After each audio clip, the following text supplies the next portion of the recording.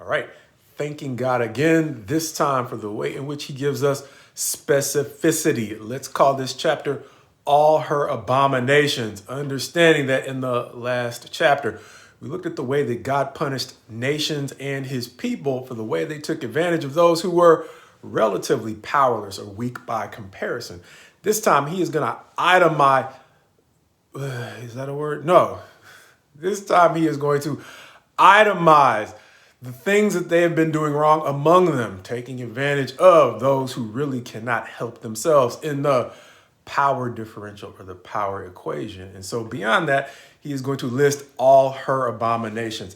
And beyond listing them, he is going to talk about his response and then a little bit more detail, maybe giving us some insight as to why. But first, let's go ahead and itemize the chapter and its sections. And once again, I'm still a little bit pressed for time, so I want to use the ESV's chapter breaks, we'll call them, because a lot of times when you're really doing, good work in a chapter, you want to make your own chapter breaks or breaks in thoughts, because there are times when the translators have done a great job, which I think the ESV generally does, but there are times when you don't want to be stuck with the way that they see the passage because it may speak to you in a different way, or the author might have been trying to accumulate or organize a couple of concepts, and they had to basically make a choice as to the best way to organize it for whatever they were trying to do in translating the text. And so that's a whole lot of just Bible nerd stuff to say. When you're pressed for time, a good translation will make paragraph breaks that are consistent with thoughts that'll help you understand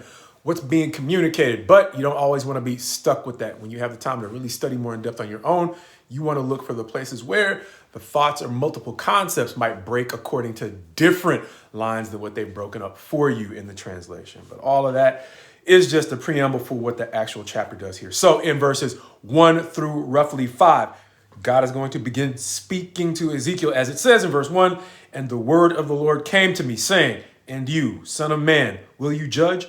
Will you judge the bloody city? Then declare to her all her abominations," thus the title, as he is going to go on to describe the way that the city in general has become guilty primarily because of its bloodshed or shedding the blood of the innocent and its idolatry. We won't go back into explaining the way that idolatry is basically them giving themselves an excuse to create another narrative of reality than one that is actually true, the reality that God has created. They're looking for an alternative and they're desperate to find it by carving themselves little images that give them an excuse to create their own spin on life. Going on, though, he is going to talk about in verses 6 through roughly 12, the way that the people or the people groups in general have gone about doing dirt, most notably their princes and then the people kind of beneath them or in the society interspersed among them, saying essentially that if the princes are doing this much dirt, basically whatever their power can help them get away with, in particular here, shedding blood. It's going to go on later to say shedding blood and what is it? Pursuing unjust gain. It's going to say how much more can you imagine what the people are trying to do beneath them if the best among them are setting that kind of example. But going on in verses 13 through 16, they're going to talk about God's response to all that has been going on amongst the people in the land. Verses 17 through 22, I think, giving us kind of a God's response B. God's response A in 13 through 16, saying what he is going to do. God's response B in 17 through 22-ish, telling us how he is going to go about it, saying that even though they are generally being narrowed down in a smaller space, understanding that Nebuchadnezzar has already come with one deportation, God is now going to funnel them into Jerusalem, where he is going to, as it says here, melt them like he would melt metal in a pot or a vessel, comparing them to dross, which sounds like the impurities. I'm guessing, I'd have to look it up, the impurities within metal that he is about to clean out. With verses 20 through pretty much the end of the chapter, giving us more insight as to why he is treating them this way, really going into more detail as to the way in which the prophets in the land have conspired to facilitate all the wrongdoing that's going on. Then going back to talk about her princes in verse 27, once again, helping us to understand that if even the best or the guides or the leaders in the land have given themselves over to doing wrong, how much worse the people, as he is going to, I think I missed something.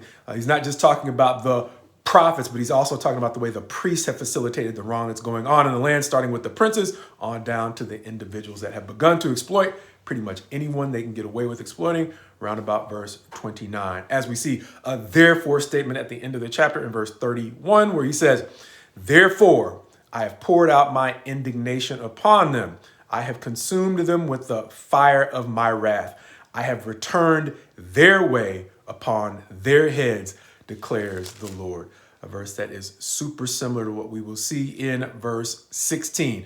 The way he describes them as, or in this way, and you shall be profaned by your own doings in the sight of the nations, and you shall know that I am the Lord. Going back to that old adage we have said before, if God's people do not choose to lead exemplary lives, he has a tendency to make an example of them.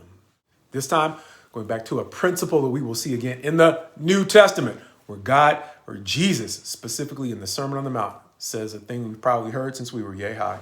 With the measure we use, it will be measured back to us. A thing we mention from time to time is once again a thing here in chapter 22.